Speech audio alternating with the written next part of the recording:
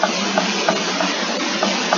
evening, grade 12s. Today we're starting a new section within the reconciliations called the debtors age analysis.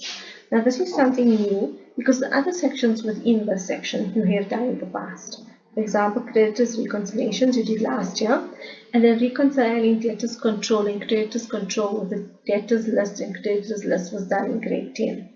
So this part here is just completely new. It's very important for you to know how to do these calculations and to interpret this information in order to answer questions in exams. Okay, so in your textbook on page 444, there's an illustrative example with some notes. It's very important for you to go through this in order to assist you in understanding this section. I'm going to go through some of it with you, and then we're going to start with task 11.13 in your textbook. So on page 444, we have some notes right on the top on the age analysis. Okay, so an age analysis is an internal control process performed by the accountant or the bookkeeper in order to determine which debtors are problem debtors, which debtors need to be charged interest, which debtors need to be written off, which debtors need to be handed over for collection, and various other things, like also just to determine whether to charge them interest or to determine if there are queries on their account, a whole host of things. So debtors age analysis is basically a summary of all the debtors in the books of a business. It shows the balance, the total balance that they are owing, and the total of all the debtors balances must be the same as the debtors control account. Okay, then these balances for each individual debtor are aged. That is, we separate the figure into how much the debtor is owing for the current month, how much they're owing from the previous month, how much they're owing from the month before that, so we can see which debtors are settling their accounts on time and which aren't. Now, in most businesses, debtors are granted 30 days credit, which means that they have to settle their accounts within 30 days. But however, we know that a lot of debtors don't do that, and so this is to aid us in figuring out which debtors need to be contacted with regard for payment, etc. So you've been given an example there of an age analysis, and there's 3 debtors listed: A. Smith, B. Nair, and C. Carr. The first column is the credit limit. Now the credit limit is the maximum amount for which they can buy goods using their account. So for example, A. Smith has a credit limit of 10,000 Rand. His present balance, that means the total amount he is owing, is 6,400 Rand.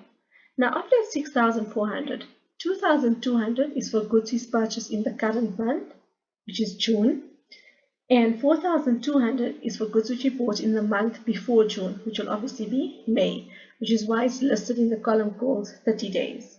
So when we're doing an age analysis, we don't necessarily refer to the actual months, but rather 30 days, 60 days, 90 days, 120 days, etc.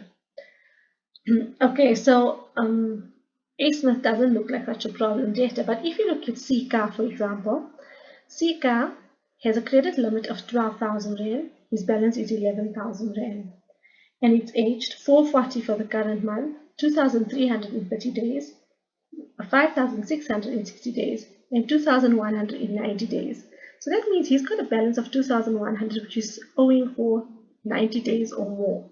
So obviously there we need to figure out what the problem is. Is there a query?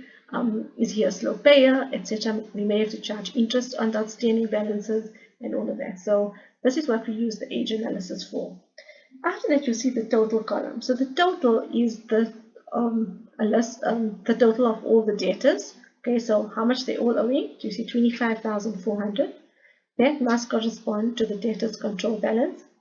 And then 6,240 of that is for the current month, 7,700 is for 30 days, etc. And then the last line is the percentage.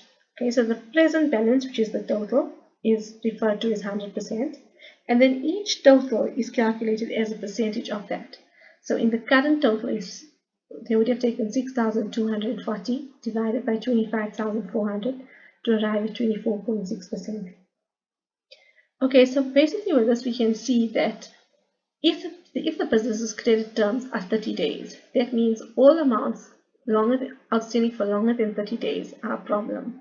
So in this case here, 60 days and 90 days and 120 days would be a problem. And so obviously we'd have to take necessary action regarding that. So you can look through this example. Okay, so page 444 talks about what the credit terms debtors are usually given, and that's about 30 days. Okay, then on the next page, I was talking about the statement basis and the invoice basis, etc. You don't have to worry too much about that. Okay, the third bullet, I have to tell you that we use the days, meaning the month, instead of using the actual month. Okay, the age analysis is a historical document, so that means this is for figures drawn up from the past. Okay, and based on the information, when you study the age analysis, any amounts outstanding from 60 days and later will be overdue, and we'll have to charge interest on those overdue portions of the balance. Okay, and okay, what's very important is the last bullet here. So at school, we work on the assumption that payments are made against the oldest balance first. So for example, if Sika made a payment of 2,000 Rand, okay, 560 will be subtracted from the 120 days, and then 2,000 minus 560, which is 1,440, will be subtracted from the 90 days. So payments are always taken off from the oldest balances first. Okay, so you're going to see all of that coming through more in examples. And so we're going to go straight into task 11.13.1. Okay, it is a bit complex to understand. So please rewind or pause as I'm going through it. You're also welcome to ask me any questions in the group. Okay, so Ben Jones is a regular credit customer of JK Furnishers. So that means that we're only doing the age analysis for one person, Ben Jones. In the workbook, you do have some columns. I've just got a bit of additional. I just wrote his name on the side and I put in an additional total column, which you can also do if you like. Okay, and so the date is 15 September. So we are in the month of September. So September is our current month. We're going to do an age analysis of the account of Ben Jones. Okay, and then after that, we're going to comment on the age analysis. Okay, so I want you to turn over the page to page 446 and look at the last, the last line of the information. Okay, so I want you to look at the bottom right corner of the last statement that you have there, which is on the 20th of August, and the balance is 14,455. So Ben Jones owes the business 14,455, and we are now going to analyze the 14,455 according to how long it's outstanding for. Okay, so we're going to start. So look on page 445, you've got a statement there. It says debtor statement, and the date is 25th June 20.8. And the first figure we have is the balance brought forward, 2,400. Now that date indicates 26th of May. So that is the amount that Ben Jones was owing the business from the month of May. Okay, so now if you look at your age analysis, the age analysis is just basically one line for Ben Jones, but underneath that you have workings. Now in your workbook, the space is a bit limited, so you just have to squeeze it in. Alternatively, you can do it the way I'm doing it on a different page, and then you can always paste it into your workbook. Okay, so the amount 2,400 is owing from the month of May. Now we're going to do the workings first, and once we are done with the workings, we will take our answers and transfer it to the actual age analysis. The workings is where we'll be doing the bulk of the work. So in the month of May, he was owing 2,400, so we're going to put 2,400 into the May column. Okay, there we go, 2,400, right? Then you're going to look at the first line that we have is a receipt of 1,200. So remember, if he was paying money from the month of May, even though he paid in June, the receipt gets allocated to the old balance. So the receipt gets allocated also to the month of May. So in brackets, or you can put a minus sign, 1,200. Now obviously, if there's payments or discounts, we're going to subtract. And if he buys more goods, we're going to add in our calculation. Then he was given a discount of 60 Rand, so we're also going to subtract that in the May column. This is all for the month of May. The next thing we have is an invoice, and it's dated 18th June for 6,000 Rand. Now an invoice, this is for goods we actually bought in the month of June. So we're going to put the 6,000 in the June column. Okay, and then there was a credit note on the 24th of June. That means he returned some of the goods. Now generally with customers, they have to return goods within 7 days. So if he bought those goods on the 18th of June and then he returned on the 24th of June, it's related to that same invoice. Anyway, it does say invoice 4332. So the 600 return was against the purchase of 6,000 Rand. So in the June column, we're going to subtract 600. Okay, then I'm not using the balance column at all. The only amount I took from the balance column was the 2,400 balance at the beginning, which was our starting point. The rest of the figures I used were only from the debit and the credit columns. Okay, so and I'm going to carry on doing that as well. So if you go into the next statement, I'm going to ignore 6,540, and we're now going to look at 1,800. Now 1,800 is a receipt, which is a receipt, which means that the debtor paid us in the month of July. Now the debtor paid us in the month of July 1,800 Rand. Okay, we need to allocate it to the oldest balances first. Now if you look at the month of May, he was still owing some money in the month of May. Okay, so we need to first settle May. Now if I do a calculation here of 2,400 minus 1,200 minus 60, okay, I'm going to get an answer of 1140. So that means that for the month of May, Ben Jones is still owing 1140. So that means that even though he's paid 1,800 in the month of July, 1140 will be allocated to the May balance. Okay, so 1140 is going to be allocated here to May. The reason is payments must always be allocated to the oldest balances first. Okay, now he made a payment of 1,800. So you now need to calculate the difference between 1,800 and 1,140. And that difference will then be allocated to June because he's owing money for the month of June. Right? So 1,800 minus 1,140 is 660. So the 660 will be allocated to the month of June because he's owing money for the month of June. Okay.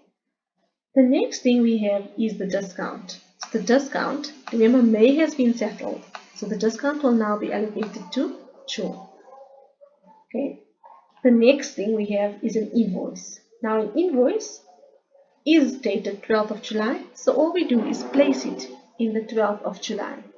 Okay, so 8,300 in the July column, 8,300. So I can give you guys a little bit of a note here now. Okay, invoices. We must allocate to the month of sale.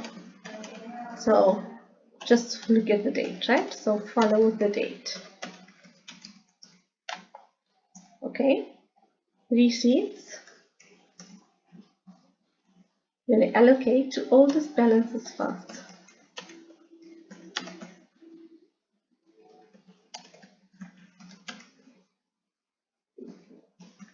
Okay, and returns.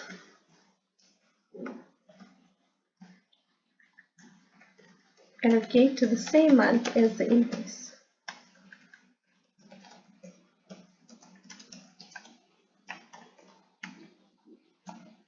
Okay, so those are just some notes for you to look at and hopefully remember. Okay, let's move on. Okay, so that was the invoice of invoice 5144 worth 8,300. We place it in the July column. Thereafter, we have a receipt of 2,000 Rand, which is made on 13th of July. Now remember, we are still owing money for the month of June. So we'll place the 2,000 with a minus sign in the June column. And then we were given then there was a discount of 100. So we also place that in the June column, 100. Okay, let's move on. Okay, going into the last statement now. Okay, we're going to ignore the balance column, and then the first thing we have is an invoice for 1,150 on the 1st of August. So it's on the 1st of August, so we put it in the August column, 1150. Then there's a receipt of 900 yen. Now the 900, remember we are still owing money for the month of June. So we're going to subtract it in the June column. And the discount also will be taken off in the June column because we are still owing money for the month of June. And then we have an invoice of 3,400 dated August. So we're going to place it in the August column, 3,400.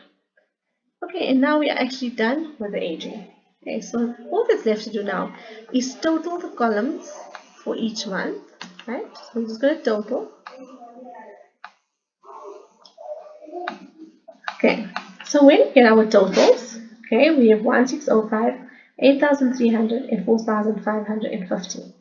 Now, I said May, June, July, and August.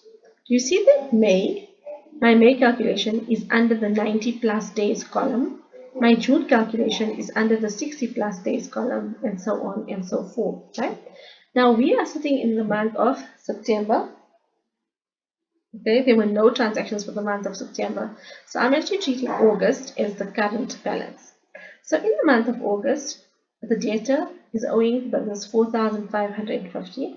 So you just place it here as your answer, 4,550. Okay, so that's outstanding for the current month.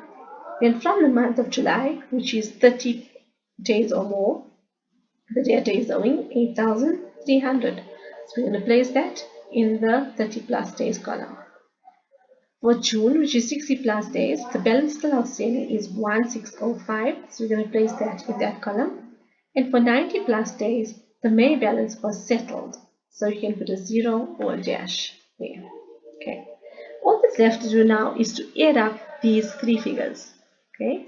And when you add it up, okay, you get an answer of 14,455. And if you should recognize that balance is the one I told you about at the beginning of the question, where I said that he's owing the business 14,455, and the aging is going to determine what portion of that is for the current month, what portion is outstanding for more than 30 days, what portion is outstanding for more than 60 days, and what portion is outstanding for more than 90 days. Okay, there isn't a place for you to do this on your question, but perhaps you can squeeze it in as well. What I would like to do now is work out the percentages. So we're going to treat 14,455 as 100%, and then you're going to work out each of these amounts as a percentage of 14,455. So you'll take 4,550 divided by 14,455 and make your answer a percentage. You'll do the same thing, 8,300 divided by 14,455 and 1605 divided by 14,455. Okay, and obviously if you add up these three percentages, you will get an answer of 100%. Okay, so that is an age analysis just for one data. Often when you have to do it, it's only just one or two. You're not going to have to do it for a whole host of them. Okay, I hope you understand that, but please feel free to ask me any questions or anything on the group. Okay, in 11.13.2, we now need to comment on the age analysis and offer advice. Okay. Okay, so we can say, one of the things we can say is that we feel that they're not handling the debtors correctly. Now, the reason we say this is because the debtors are supposed to pay within 30 days, but this guy here's balance is outstanding for even 60 days plus, right? Okay, so they have allowed Ben to exceed normal credit terms. He's paying erratically. So what that means is that he's not settling his balance at the end of every month. He's paying sort of random amounts. Like for example, for the month of May, his balance should have been settled. The full 2,400 should have been paid in the month of June, but he only paid 1,200, right? Okay, so he's not, okay, so they need to charge interest on accounts in the 60 plus days category. They should offer a better discount for prompt payment. Maybe the discount is not sufficient to encourage it. And they should not allow debtors to buy on credit if the accounts are not up to date. Okay, so they should also screen the debtors before allowing them to open accounts, like do a credit check. Okay, and that's all for this question. Okay, so the next question I'll be doing with you is task 11.14. Please complete this in your workbooks and please show the detailed workings. These workings are very important to understand how you got these answers here. Thank you. Bye.